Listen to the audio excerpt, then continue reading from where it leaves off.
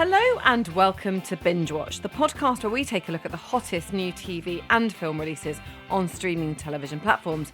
I'm Hannah Fernando, the group editor of Woman and Woman and Home magazine. And I'm Ian McEwan, writer on TV and Satellite Week, TV Times and What's on TV magazines. And today we're looking at the new releases that will be available on Friday the 7th of February 2025, including BBC iPlayer's star-studded drama Miss Austen, about a mystery in the life of the famous author, and Netflix drama Apple Cider Vinegar, starring Caitlin Dever as a real-life scammer who faked a terminal illness. And we'll also be checking out Motherland spin-off Amandaland on BBC iPlayer and going on Celebrity Bear Hunt courtesy of Netflix. But first, Ian, what is in the news? Another Harlan Coben adaptation on Netflix. This time it's called Runaway, and it will star James Nesbitt as a dad whose life falls apart when his daughter vanishes. What else is in the news, Hannah? Well, in Paramount Plus's serial killer sequel Dexter Resurrection, Uma Thurman will portray the head of security for an enigmatic billionaire who crosses paths with murderous Dexter Morgan. Well, a varied selection, I think, for you this week. Got a couple of dramas, both based on real events. We've got a fantastic comedy, and we've got a reality show, which is where we're going to start. Over on Netflix, it arrived on Wednesday the 5th of Feb. It is Celebrity Bear Hunt, and here's a clip. 12 celebrities are in the Costa Rican jungle, going head-to-head with the legendary Bear Grylls. Oh my God. This is mad. Born to be wild. If you're from the hood, you do not do challenges in Costa Rica. Oh my God. Are we going to do this? Jump. I survived prison. I want to compare that to the wild. How much away from Strictly can you get? Well, Hannah, I'm sure you've thought from time to time, I'm a Celebrity, Get Me Out of Here is so popular and successful. Why hasn't anyone copied it? Well, it's kind of happened. This is a new reality show, and as the title hints, it has Bear Grylls, the survival expert, in it. It's set in the Costa Rica jungle, and yes, we've got some celebs who are going to be, as everyone has to be by law these days, taken out of their comfort zone. It's an 8-parter. It's hosted by Holly Willoughby. Yes. So they're kind of living together in a lodge rather than a camp, and they're going to learn survival skills. They're going to take part in a series of challenges. So I've got to say, I mean, usually on I'm a Celebrity, I have no idea who anyone is. However, on this, lots of people that I'm looking forward to seeing. So Lawrence Llewellyn-Bowen, the interior designer. Lottie Moss, Kate Moss's sister, as I'm sure she hates being called. Rugby player Danny Cipriani.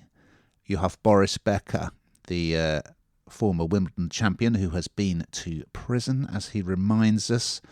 You got Una Healy from the Saturdays, Joe Thomas from the Inbetweeners, Big Zoo, I love Big Zoo from Big Zoo's Big Eats, Mel B, the Spice Girl, lovely Steph McGovern, yes, and of course Shirley Ballast, as I call her, the Strictly Come Dancing judge. So I think it's a very good lineup, but I started watching episode 1, and of course, as he always does, Bear has to jump out of a helicopter at the start.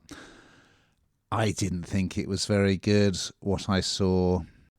Initially, they have to get to the lodge. Oh, and at the lodge, there's something called the Bear Pit, and this is where it's much more like I'm a Celeb, which is kind of like a giant escape room full of animals, creatures, creepy crawlies, which is almost like a punishment that you have to go into there if you failed at something else.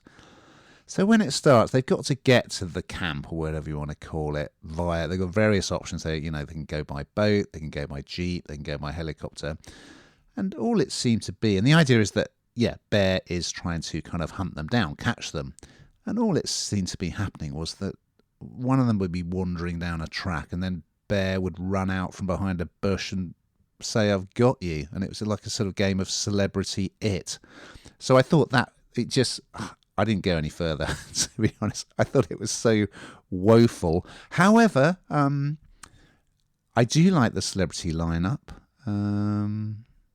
Yeah, it didn't pull me in fast enough, and so I haven't seen any of the stuff in the lodge. I haven't seen the bear pit, but I will say I do like the lineup.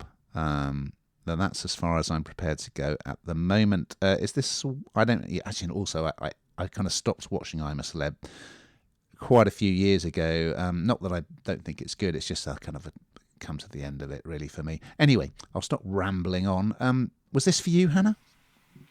Well, as you say, it's quite a good lineup, and I always kind of rate the lineup on these shows because, although having said that, Strictly's kind of is really the exception to the rule because it doesn't really matter because the kind of the format works. But with something like this, it really does depend because they're being pushed. They're in a relatively hostile environment. I know, like you say, there's some sort of ridiculous stuff, but, you know, the bear pit is pretty hostile. It's pretty scary. It's pushing people out of their comfort zones. And with something like this, I think you need, as a producer, will be thinking, you know what, I need, you know, characters that are going to play up and, you know, cause a bit of a scene. And, of course, they have got some strong characters in there, and I think that, you know, they have made a few headlines in the last few weeks for exactly that. Some of the kind of loss of tempers, I think I've read, and so I think that you know, it's kind of what's going on around it and the hype around it that, you know, is probably as important to this show as anything else. I mean, obviously, Holly Willoughby, this is her first outing for a while, isn't it? Well, it's not actually Dancing on Ices, but in this sense, the last thing we saw her was the kind of Wim Hof extreme type show, and I don't know how I feel about her in roles like this. I always think of her in that This Morning sort of fluffy sort of spot, but she's okay in the role, but I always think it's funny how she kind of will go off and swan off into her nice comfy, you know, her comfy lodge, whereas everyone else isn't quite in the same boat. So I think there's a lot of hype to this, and I think arguably from what I've seen of it so far, it doesn't quite live up to that, but it has all the ingredients to do so. I have three more things to say about this. A, given previous scandals and rumours, where is Bear Grylls staying during the filming of this show? That's number one. Number two, was it Shirley Ballas who lost her temper? That's just a guess. It's quite interesting because she bonds with Big Zoo because they're both from council estates, which was quite nice. Unlikely pairing there. And three, always on these shows, people have to make up a reason why they're doing it. You know, like, I want to find out who I really am or blah, blah, blah. But what I loved it was when I interviewed Gregor Fisher about his last series, I said, why did you sign up for this? He said, my accountant told me I needed the money, which I think is much more honest. Anyway, we're going to move over to BBC One and BBC iPlayer for a new period drama. It actually arrived last weekend, but it is available as a box set if you want to binge your way through. It's called Miss Austen, and here's a clip. I am not ready to let my beloved sister Cassie go. Jane Austen, you're saddled with me forever. Your sister understood affairs of the heart better than anyone. She warrants a substantial biography where we might discover the real Jane Austen. Did you find any letters from Jane? Not a single one. There is no greater comfort in this world than a sister. Yeah, so of course, you know, Jane Austen, you know, her novels are just everyone. I say everyone, most people. They're brilliant, and I don't think that any of us can probably get enough of them. Trying to create them for television, for the big screen, but this is slightly different. So this is a take, a kind of an idea of what her private life might have been like. Now, I have binged a bit of this, I'm not going to lie, because I did find it really quite fascinating. But of course, you know, what if it's real? What if it's not? We're not too sure. It's piecing together, I suppose, what we know about Jane's life. And It starts, the whole series opens, it's 1830, and it's after Jane Austen has passed away. And she has this very spirited, verging on rude, I would say, in modern day terms, sister, who's called Cassandra. Now, she might be like this for a reason. She's a spinster. She's got reason to be a bit crotchety, I suppose. But she loved and adored her sister.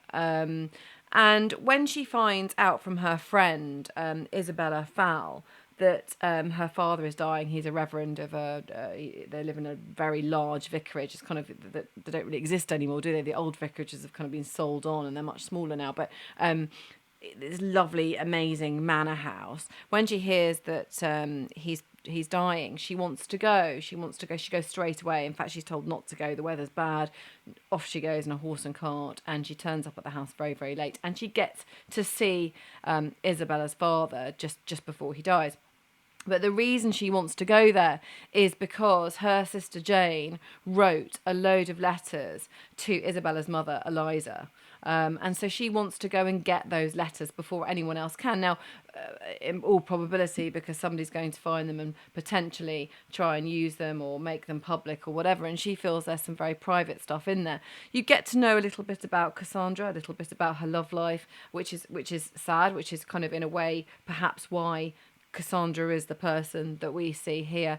It's a beautiful set. I turned the light up on my screen because, of course, at the beginning, certainly, it's very dark because it's just the candles. There's no electricity, so it's just candles lighting the way. And I'm thinking, I can't see anything here. So I kept sort of turning the brightness of my screen up. But there's it's such a beautiful setting. It's really... It's a nice story of what is true, who knows, but it feels incredibly authentic, and the music is not. As I say, I've binged quite a few of the episodes already just because it hooked me straight away. It's very much up my street, and also the kind of the old language. It's so polite yet so testy at the same time. If we do it with a smile on our face, it's all okay, isn't it? Even if I do tell you to Foxtrot Oscar, that's absolutely fine because I've done it with a smile on my face. It's very much kind of that stiff upper lip, but actually very chippy.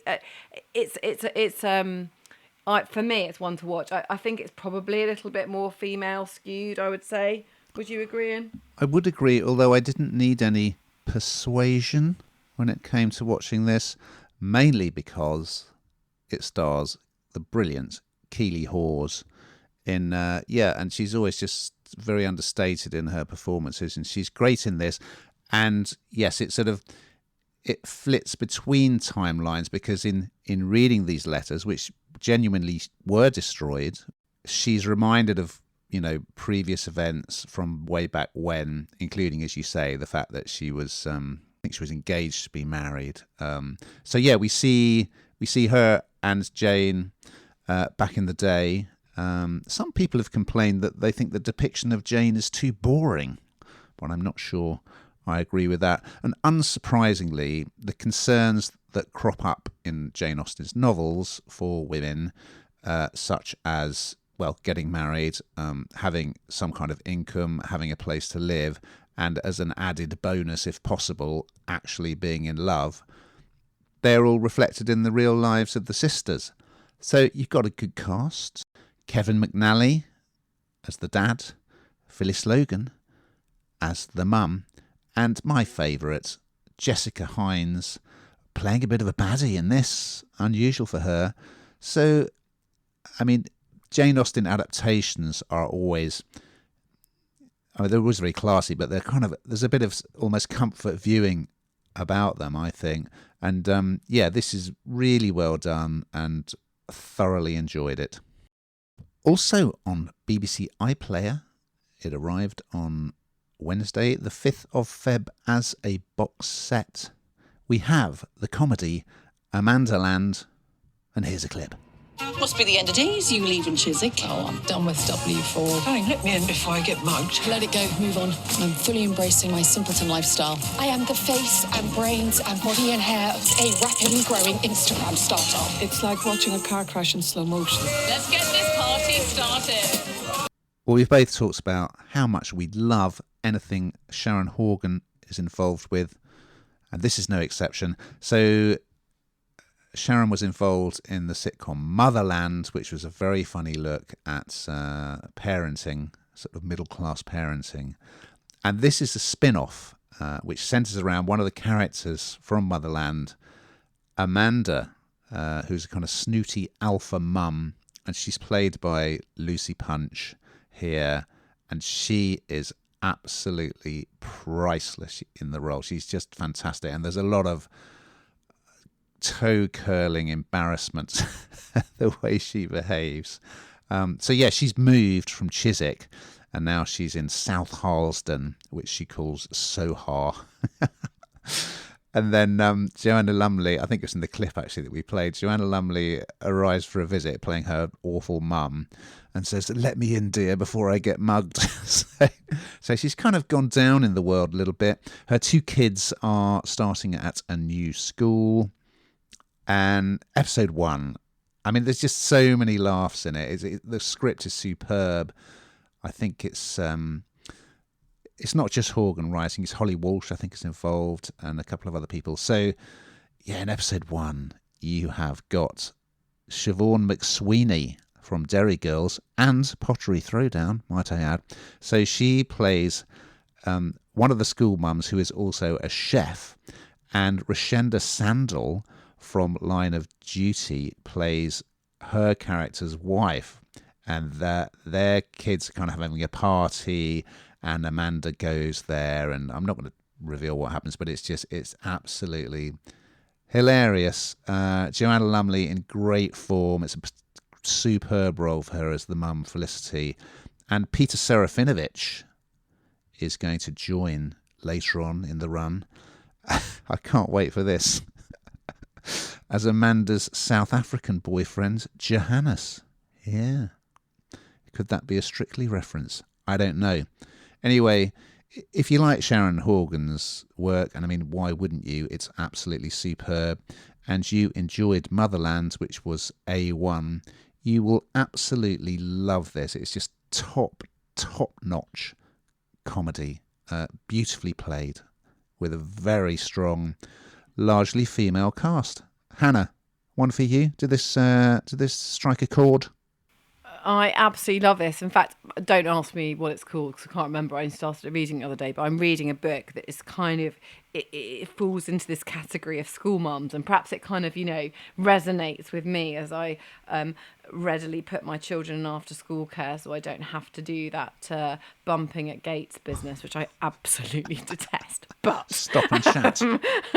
I can't be doing it. It's my least favourite thing. That and coffee mornings. Anyway, that's enough about me. But this just really resonates because it's taken somebody to look at real characters, and of course, they're caricatures of these people, but they sort of exist, believe me, who are at those gates. And as you say, Amanda now takes centre stage in this, and she's clearly had some kind of breakdown along the way, but now she's taken on this role of she's downsizing, divorce is happening, and she's it's welcome to her world and her life and the drama that goes with it, and it's really clever, so many laughs, so funny, and unlike many spin-offs, not a disappointment. We're going to finish back on Netflix with another new drama series which arrived on Thursday the 6th of February. It's called Apple Cider Vinegar, and here is a clip. I'd like to welcome on the stage Belle Gibson. It must have affected her that my book was reviewed as better than hers. I'm sorry, who's her? Miller. She was diagnosed with cancer. So she's consistently maintained. I have no reason to doubt her. Because in her case, it's true. This is season 1, obviously, and there are 6 episodes. And prepare to binge because this really is quite gripping. And albeit with bright colours and sugar-coated and candy canes and all things sweet, this is anything really but. It's absolutely terrifying because, of course, it is based on a true story of a young girl, a teenager. She was pregnant and she announced that she had terminal cancer, and this was in this online forum. And I think this is what scares me so much, because obviously we have no way of really verifying anything online, do we? And yet we're sort of there believing it all the time. And young Australian women were absolutely, overwhelmed, and she got huge support from the local people. And a few years later, she basically convinced all these people that she had defied her diagnosis by eating healthily, exercise, alternative medicine. Well, I don't need to tell you that that's pretty disturbing, because, of course, there were lots of people, and we know in the world of influencers, you are influenced by people, and you might choose to think, I'm going to shun, sort of hospital care, modern medicine, in favour of this. And of course, it's probably impossible to tell how many people may have harmed themselves in that process. Well, this drama series takes that on. It takes it on as a story, and it does chart the rise and the downfall of this very shameless scammer, and that's all she can be called, is a scammer, who made loads of money out of people by pretending something that wasn't true, and not only that she'd overcome it through a natural diet, which, as I say previously, a pretty awful thing. Huge Instagram followers. I think it's never been such an important story to tell, because I just think we believe so much. I know that I've fallen for it, buying something on Facebook or something that's, I promise you, the lines out of your forehead are going to go. Honestly, use this for 10 minutes a day. You don't have to have surgery or anything. I'm not saying I bought that, but you can see how it works. And this is sort of a similar principle, and why it will resonate with so many people, because she was actually a complete con artist, and she starts by emulating another Instagrammer, and they all believe her, and you can see from it, I think it's really quite well done.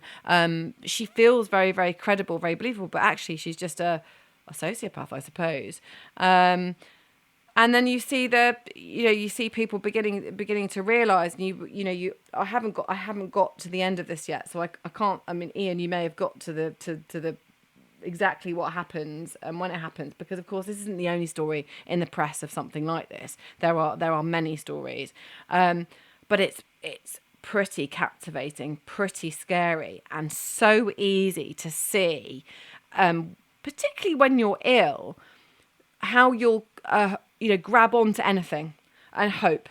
If someone gives you hope, you'll grab onto it, and it's probably very difficult to quantify how many people were damaged in the process of this. But it's very, very captivating. I think very well done so far of what I've seen, and I can't wait to watch the rest. What do you think, Ian? I enjoyed it, and it's very much built around an incredibly strong performance by Caitlin Dever, who I didn't recognise, but she was in the excellent film Booksmart. She was one of the leads in that, which is about two kind of nerdy American high school friends. And she is great as Belle Gibson. So it does flit around quite a lot, the story, backwards and forwards. And also, interestingly, and I think quite effectively, they haven't just made it like the linear story of Belle Gibson and what she did. They've included these other characters, such as you mentioned, Instagrammer Miller, played by Alicia Debnam Carey, who Belle is kind of inspired by. Also Miller's friend Chanel, played by Aisha D. So there are kind of other cancer victims whose stories are told. So yeah, you need to pay attention because it does move around, but I think it's quite stylishly done, and it's got a sort of, although it's a truly shocking, awful story, it's got almost this kind of a dark humour about it, especially about the main character. And she is a complex character because, she's not played as an out and out villain. She's quite a sort of layered personality. She's obviously got, quite serious psychological problems. So yeah, I mean, it's a hell of a story, and I do think they've done a good job bringing it to the screen in an imaginative way and Caitlin in the lead is outstanding. Well, there are lots more new arrivals on streaming platforms to round up this week. On Sky Box Sets and Now TV, we have a drama, Mussolini, Son of the Century, which tells the story of Italian fascist leader Benito Mussolini. Back on Channel 4 streaming, we have the reality show Alone USA, in which 10 survivalists try to live on their own in the Canadian wilderness. On Apple TV Plus, Love You to Death, or A Muerte, is a Spanish romantic comedy. On iPlayer, the return of Daisy May Cooper in the comedy Am I Being Unreasonable? And another returning comedy on ITVX, Gwed, about the lovable teenage Scousers. On Paramount Plus, we have Accused, which is a crime drama based on Jimmy McGovern's BBC series. This time it starts with Felicity Huffman in Lorraine's story. And finally, you'll be pleased to hear we have a sports documentary on Netflix about cricket. It's called The Greatest Rivalry, India versus Pakistan. Well, we've got to that time, Hannah, where we find out what the hell you've been binge-watching on this week. Well, I have been binging on the new Boyzone documentary, which has made headlines, actually. Really interesting because I was a massive Take That fan. And, of course, Boyzone was you were either Boyzone or Take That. And then when Take That split up, Boyzone did definitely sort of scoop up some of their fan base, I think. But really interesting because also I was writing their book when Stephen Gately passed away. So I kind of feel like I know the band relatively well, or certainly some members of it. So really, really interesting watch, actually. And where might we find that, Hannah? Well, I was flicking through and I found it on Sky Documentaries, but it's making headlines absolutely everywhere, you know. There's a new O.J. Simpson trial documentary series on Netflix. So, I mean, that's pretty much been done to death already, hasn't it? But I had a look at that and it is quite interesting. Now, we've just got time to look ahead to next week's offerings. So what is on the binge watch menu, Hannah? Well, the real story of the calamitous US Forces Mogadishu rescue mission is told in Netflix documentary Surviving Black Hawk Down. And in the Apple TV horror The Gorge, highly trained snipers take on mysterious monsters in a terrifying chasm. Yes, so we look forward to those and much, much more. But in the meantime, listeners, watching!